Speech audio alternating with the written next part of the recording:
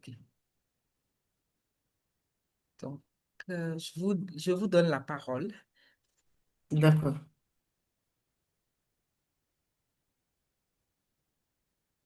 Ok, je peux commencer? Oui, vous pouvez commencer. Mhm.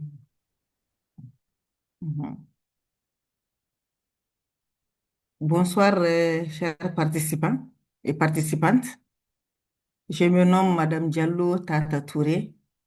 Je suis la directrice exécutive de l'ONG Audi Sahel, qui est une ONG du Mali et qui a son siège dans la région de Mopti, c'est-à-dire la région centre du Mali.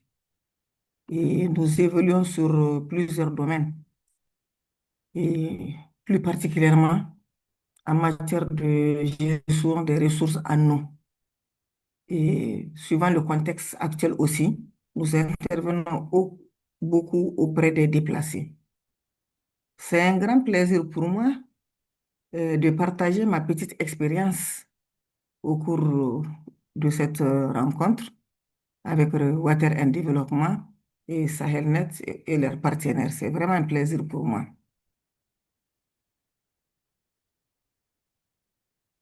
Mhm.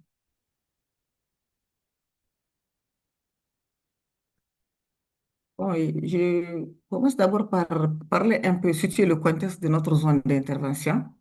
La région de Mopti, au-delà des effets des changements climatiques, reste la plus affectée par l'insécurité et les conflits intercommunautaires. Nous vivons à présent, maintenant même où je suis en train de parler, nous sommes en train de vivre les conséquences de cette crise, de cette insécurité.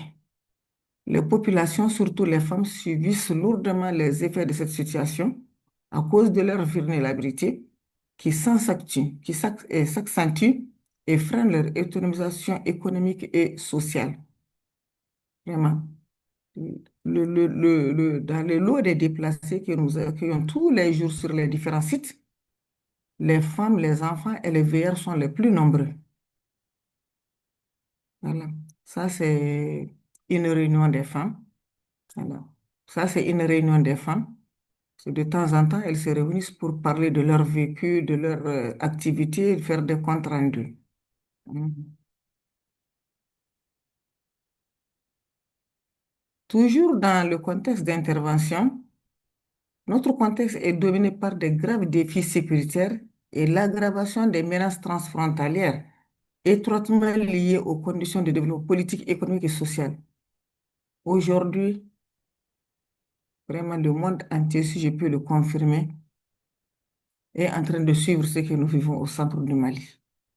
Donc, l'extrémisme violent, la criminalité organisée, le terrorisme, le trafic d'armes légères, le trafic de personnes, tout cela constitue des menaces majeures pour la stabilité et la sécurité humaine. Donc, comme je l'ai dit tout de suite, les femmes et les enfants sont en train de payer des lourds tributs dans ce contexte d'instabilité et de crise.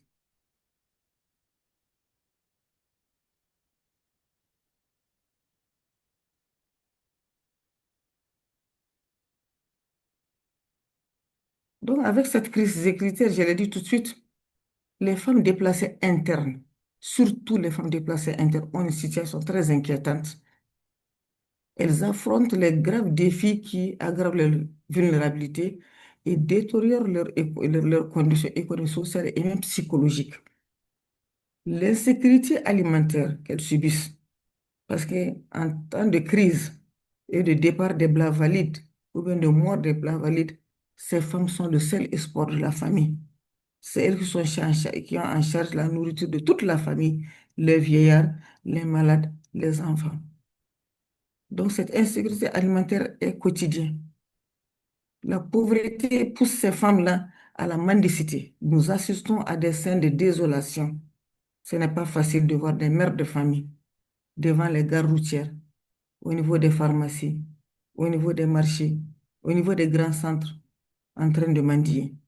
Et souvent, un bébé au dos et les autres ils sont en train de prendre la main. Et souvent, même ces femmes, ces pauvres femmes vont jusqu'à la prostitution, les exposant à la violence, à l'exploitation, aux maladies sexuellement transmissibles, etc., etc. Elles affrontent les risques de viol, de maladies, d'incidents, d'accidents, de marginalisation dans leur cas de subsistance. Je note de passage que l'État fait de son mieux. Les ONG, les agences onusiennes aussi font de leur mieux. Ce n'est pas suffisant parce que chaque jour, il y a un lot qui vient. Chaque jour, il y a des menaces. Chaque jour, ces femmes sont en train de vivre et de fuir la terreur, de fuir l'insécurité et de sauver leur âme.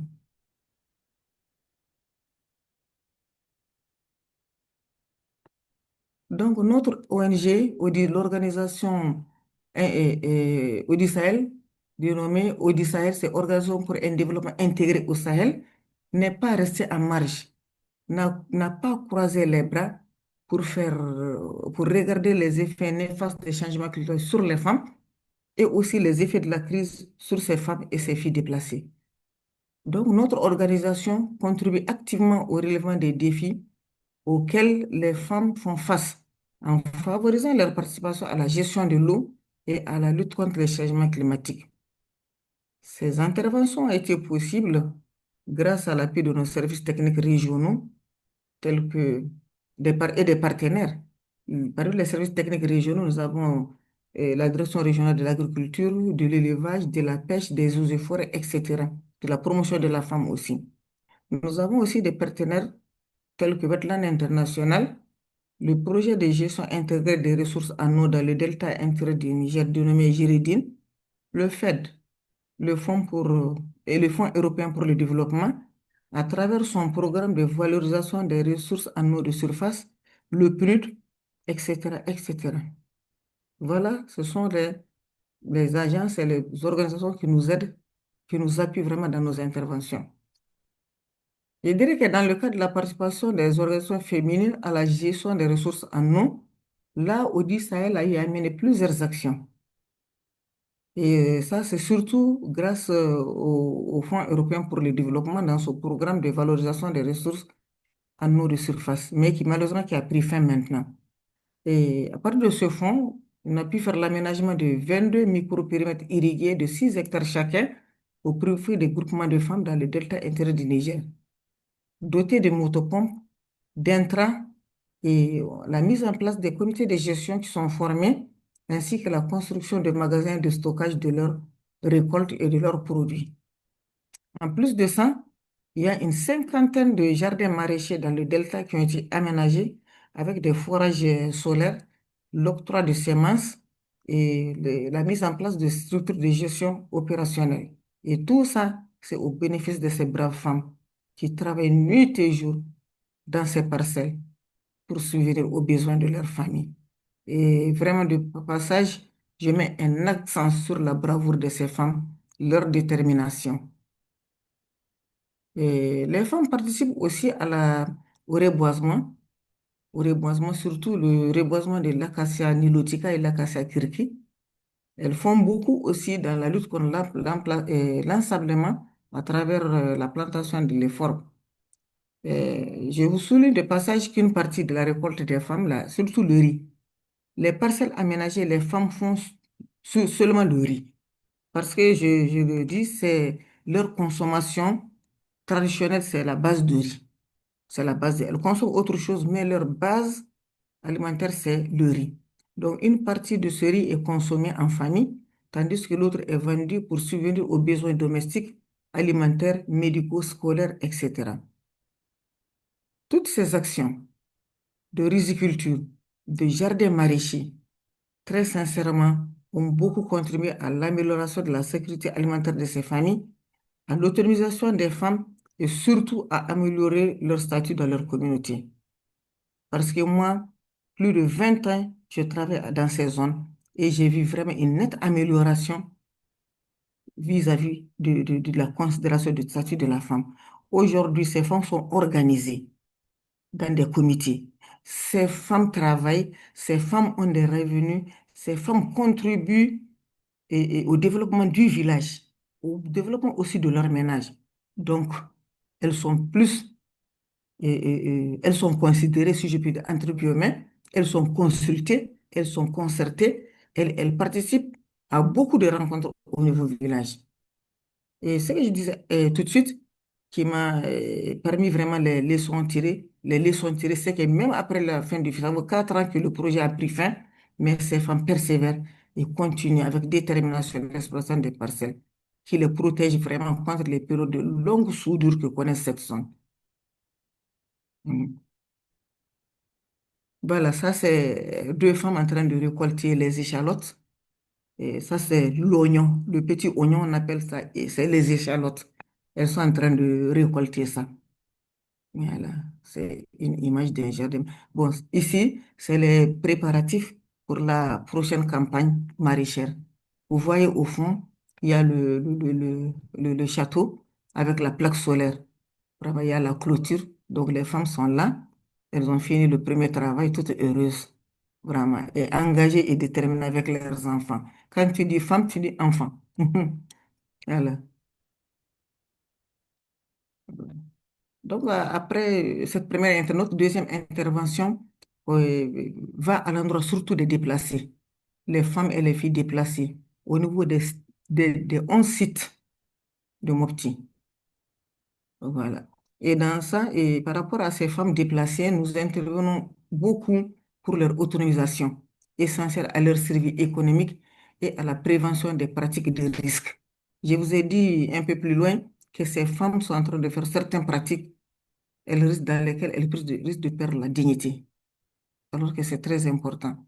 Donc nous sommes là, nous avons dit qu'il faut aider ces femmes à garder leur dignité, quelle que soit la situation, qu'elles gardent leur dignité, parce qu'on ne sait jamais quand est-ce que tout ce problème va finir et qu'elles vont retourner dans leur terroir d'origine.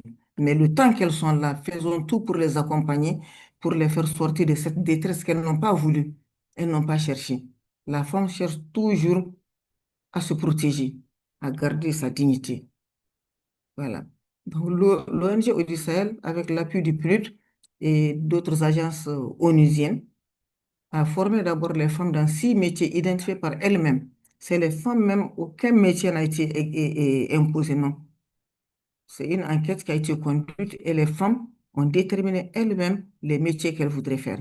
Et parmi ces métiers, cette enquête a abouti à l'identification de 6 métiers, de 6 activités: l'embouche des petits ruminants, le petit commerce, la saponification, la transformation alimentaire, la couture et la coiffure. Voilà les activités qu'elles nous ont dit qu'elles veulent faire. Donc, cette initiative menée auprès de 600 bénéficiaires a servi de projet pilote, reliant l'autonomisation socio-économique à la résilience communautaire face aux chocs et aux catastrophes. Voilà, voici mes sœurs, les femmes déplacées qui sont là avec leurs produits. Il y a plusieurs produits. Il y a le savon solide, il y a le savon liquide, il y a des produits et des denrées alimentaires transformées. Il y a beaucoup de choses qu'elles ont dans les baignoires, dans les tasses qu'elles exposent. Ça, c'est dans un site. On a fait la photo dans un des sites. Voilà, avec les braves femmes. Mhm. Donc, ces femmes sont formées pendant 4 à 8 semaines selon le corps de métier et des matériels de travail et un fonds d'amorçage leur sont, pardon, leur sont remis. Dans la mise en œuvre du projet, nous avons bénéficié de l'accompagnement et de l'expertise de plusieurs services techniques régionaux. Parce que nous, toute action que nous menons, nous menons cette action avec, elle est participative, avec les bénéficiaires et aussi avec les services techniques de l'État qui font le suivi et qui font l'orientation. Parmi ces services, nous avons la Direction régionale de la promotion de la femme, de l'enfant et de la famille de Mopti, la Direction régionale du développement social et de l'économie solidaire de Mopti qui s'occupe des déplacés, et la Direction régionale de l'agriculture, la Direction régionale de la production et de l'industrie animale d'ERPIA, etc. Tous ces services sont là pour nous encadrer et nous orienter dans la mise en œuvre de ces activités au profit des femmes.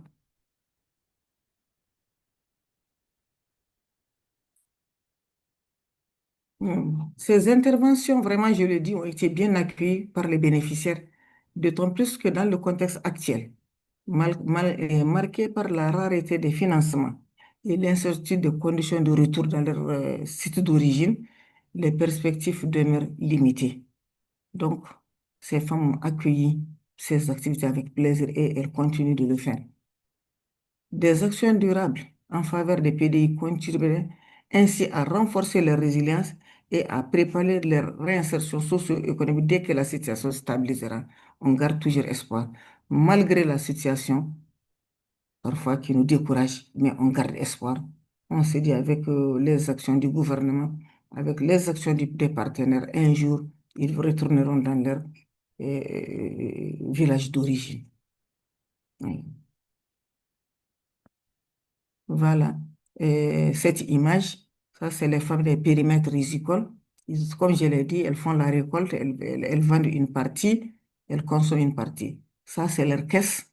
Voilà. Elles comptent maintenant les entrées. Elles ont vendu ce qu'elles ont gagné. Et voilà. Ça, c'est le comité de gestion.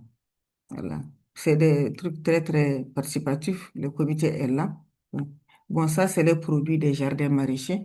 J'ai dit, ces femmes constituent aujourd'hui un pilier de l'agriculture et contribuent fortement à la sécurité alimentaire dans leur zone, notamment par la production de riz, surtout le céréales, et ses sorgho, les cultures maraîchères, les tomates, gombo, échalotes, piments, aubergines, etc. Et de passage, je vous assure qu'elles ont même changé de pratiques alimentaires. Sinon, il y a comment ça s'appelle, des aliments, des produits, des trucs qu'elle ne mangeait pas. Mais aujourd'hui, vraiment, elle les aime tellement et qu'elles améliorent vraiment leur nourriture avec ces produits-là. Voilà. Mhm. Voilà. Voilà ce que j'avais à partager avec vous. Merci pour votre aimable attention.